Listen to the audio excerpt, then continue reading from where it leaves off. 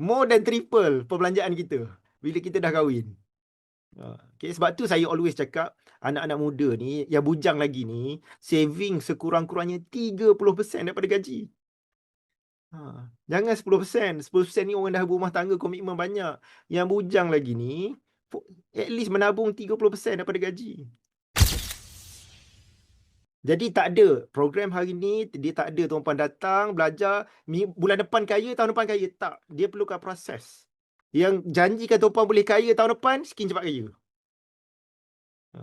Okay. Jadi, saya nak cerita. Saya dulu 20 tahun yang lalu, saya akan bercerita. Kenapa saya bercerita ni tuan-puan? Saya nak tuan-puan faham lalui proses nak membina kekayaan tu macam mana. Dan malam ni kita tak ada apa-apa offer pelaburan. Tuan-puan join malam ni, boleh kalau masuk 10,000, tuan-puan akan dapat 5% sebulan.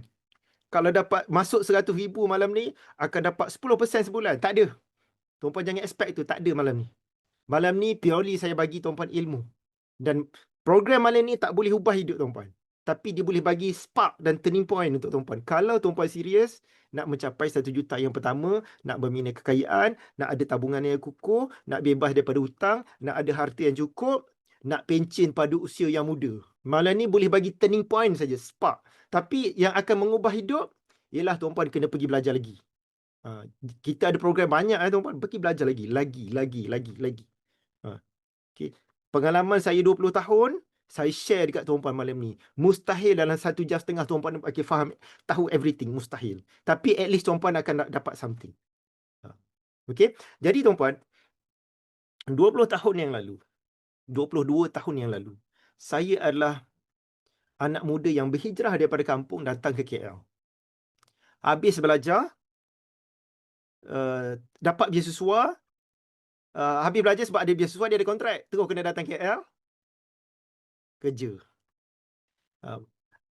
Bulan pertama dapat gaji, dapat saving gaji saya waktu tu dalam 1,600. Lepas tolak-tolak adalah 1,400 macam tu lah. Tolak loan sana, tolak EPF, tolak KSP, ada dalam 1,300 lebih lah. Bulan pertama dapat gaji, dapat saving 1,000. Bulan kedua dapat gaji, dapat saving 1,000.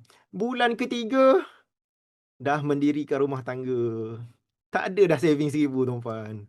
Saya ingat kos hidup ni, bila kita kahwin, katalah saya waktu bujang boleh hidup dengan 400 sebulan. Nanti kahwin, saya cuma berbelanja 800 sebulan. Tak tuan-puan.